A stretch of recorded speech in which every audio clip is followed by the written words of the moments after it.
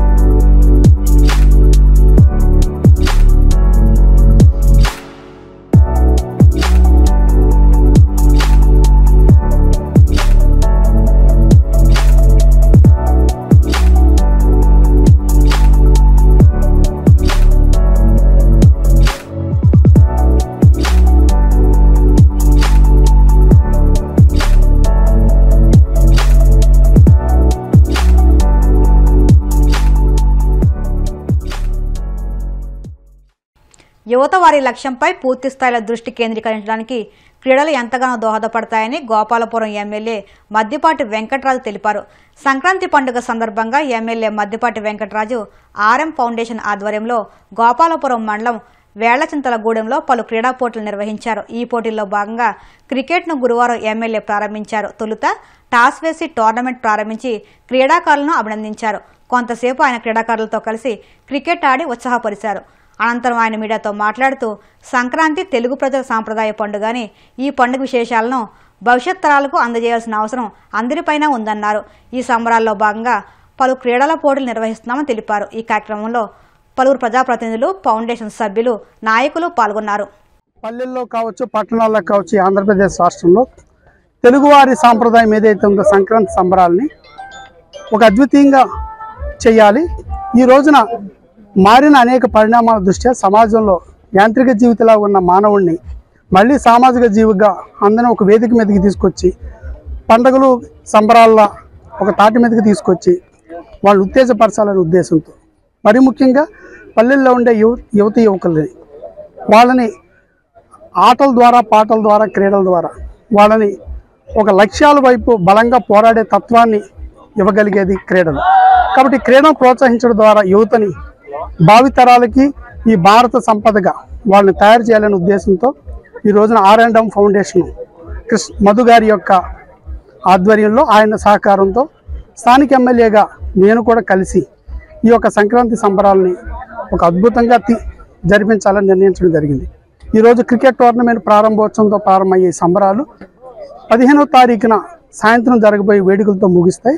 దీన్ని అందరిని ఆహ్వానిస్తూ అందరినీ కూడా ఆస్వాదించమని తెలుస్తూ అదేవిధంగా దీన్ని ఒక సంప్రదాయాన్ని అందరూ కొనసాగించాలని మనస్ఫూర్తిగా కోరుకుంటున్నాను. విద్యుత్ శాఖలో కార్మికుల సమస్యల పరిష్కారానికి తామంతా ఐకమత్యంతో ముందుకు వెళ్తామని AP state electricity employees union అధ్యక్షులు బూక్యా నాగేశ్వర నాయక్ తెలిపారు.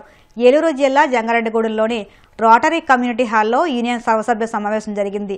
ఈ సందర్భంగా వేరే యూనియన్కి చెందిన విద్యుత్ శాఖ ఉద్యోగులు, కార్మికులు 327 మంది యూనియన్లో చేరారు. ఈ సందర్భంగా నాగేశ్వర్ నాయక్ మాట్లాడుతూ విద్యుత్ శాఖలో 22,000 ప్రైవేటు ఉద్యోగులు, 26,000 మంది కాంట్రాక్ట్ ఉద్యోగులు పనిచేస్తున్నారని అన్నారు. తమ సమస్యల పరిష్కారానికి ఐక్యంగా పోరాడతామని తెలిపారు. అనంతరం union division secretary P Muralimohan Rao మాట్లాడుతూ వేరే యూనియన్లో ఉన్న ఉద్యోగులు తమ యూనియన్లో చేరడం సంతోషంగా ఉందన్నారు. ఈ సమావేశంలో నాయకులు U Krishnaraju, U Ramu, Shyam, YRR Mohan Rao, CH Rambabu, Botta Srinivasarao, Manohar, Jalapala Krishna, Morla Ramu తదితరులు పాల్గొన్నారు. జంగారెడ్డిగూడెంలో Andhra Pradesh state electricity employees union 327 సర్వసభ్య సమావేశానికి హాజరవడం జరిగింది. ముఖ్యంగా ఈ సమావేశంలో సోదర సంఘం 1104 యూనియన్ నుండి ఎంతోమంది సభ్యులు ఈ 327 యూనియన్లోకి జాయిన్ అయిన సందర్భంగా ప్రత్యేక సమావేశం ఏర్పాటు చేసుకోవడం జరిగింది. ఈ రాష్ట్రంలో విద్యుత్ సంస్థని గత ప్రభుత్వం కానీ ఇప్పుడు వచ్చిన ప్రభుత్వం కానీ ఈ వ్యవస్థని చిన్నాభిన్నం చేయడానికి ఓ ప్రయత్నం జరుగుతుంది. అందులో భాగంగా స్మార్ట్ మీటర్ల పేరుతో ఆదాని గ్రూపుకు సంబంధించిన వారి చేత మరి స్మార్ట్ మీటర్లను బిగించడం, మా నుంచి వచ్చేటటువంటి రెవెన్యూని, స్టాఫ్ని మరి నిర్వీర్యం చేసి ఈ సంస్థ యొక్క ఆదాయాన్ని కొల్లగొట్టడానికి ఇవాళ ప్రయత్నం జరుగుతుంది. ఈ సంస్థను పూర్తిగా ప్రైవేటు వ్యక్తులకి దారాదత్తం చేయడానికి కూడా ఒక తీవ్రమైనటువంటి ప్రయత్నం జరుగుతుంది. 327 యూనియన్ తరపున మేము దీన్ని తీవ్రంగా వ్యతిరేకిస్తున్నాం. ఈ రాష్ట్రంలో పనిచేస్తున్నటువంటి 22,000 పర్మనెంట్ కార్మికులు ఉన్నారు, 26,000 మంది కాంట్రాక్ట్ కార్మికులు ఉన్నారు. ఈ 26,000 కాంట్రాక్ట్ కార్మికుల్ని ప్రత్యేకంగా వారిని మరి పర్మనెంట్ చేయాలని చెప్పి కూడా 327 యూనియన్ తరపున మేము డిమాండ్ చేస్తున్నాం. అలాగే ఎంతో కాలంగా మా యొక్క యూనియన్ నినాదం సమాన పనికి సమాన వేతనం ఇవ్వాలని చెప్పి మేము ఎంతో కాలం నుంచి ఈ సంస్థలో మరి డిమాండ్ చేస్తున్నాం. ఇప్పుడున్నటువంటి ప్రభుత్వం అయినా ఆ హామీని నెరవేర్చడానికి ఓ ప్రయత్నం చేయాలని చెప్పి 327 యూనియన్ తరపున మేము డిమాండ్ చేస్తున్నాం. అలాగే ఈ సంస్థలో 1/2/99 తర్వాత జాయిన్ అయినటువంటి వాళ్ళకి పెన్షన్ సౌకర్యం లేదు. మరి వాళ్ళందరికీ కూడా మరి పెన్షన్ సౌకర్యం కల్పించాలని చెప్పి కూడా మేము డిమాండ్ చేస్తున్నాం. ఈ సంస్థలో 7,000 మంది జేఎల్ఎం గ్రేడ్ 2లు మరి జాయిన్ అవ్వడం జరిగింది. వారందరినీ కూడా ఎలక్ట్రిసిటీ డిపార్ట్మెంట్ ఆధీనంలోనే జీతాలు ఇవ్వాలి, సర్వీస్ రిజిస్టర్ ఓపెన్ చేయాలి, వాళ్ళకి ప్రమోషన్ అవకాశం ఇవ్వాలి, సర్వీస్ రెగ్యులేషన్స్ కూడా ఇవ్వాలని చెప్పి కూడా మేము ఈ 327 యూనియన్ తరపున డిమాండ్ చేయడం జరుగుతుంది. రాబోయే రోజుల్లో మరింత ఐకమత్యంతో రాష్ట్ర వ్యాప్తంగా ఈ కార్మిక సమస్యల తరపున పోరాటం చేయడానికి కూడా మేము సన్నద్ధంగా ఉన్నామని చెప్పి కూడా తెలియజేసుకుంటున్నాం. వార్తలు ముగించే ముందు ముఖ్యాంశాలు మరొక్కసారి. బొడమేరు వరద నియంత్రణపై అధికారులతో మంత్రుల సమీక్ష. హాజరైన మంత్రులు నిమ్మల రామానాయుడు, నారాయణ.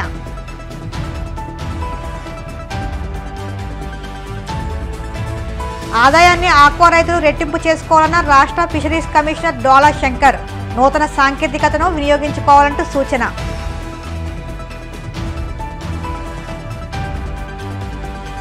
విజయవాడలో సావిత్రిబాయి పూలే జయంతి. చిత్రపటానికి పూలమాల వేసి నివాళులర్పించిన మంత్రి నిమ్మల రామానాయుడు.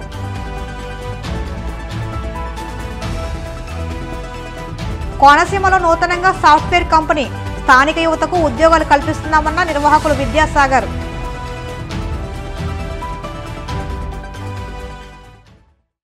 ఈ వార్తలు ఇంతటితో సమాప్తం. మరిన్ని వార్తల కోసం BCN digital YouTube channel, Facebook పేజీని ఫాలో అవ్వండి. అప్డేట్ వార్తల కోసం ప్లీజ్ సబ్స్క్రైబ్.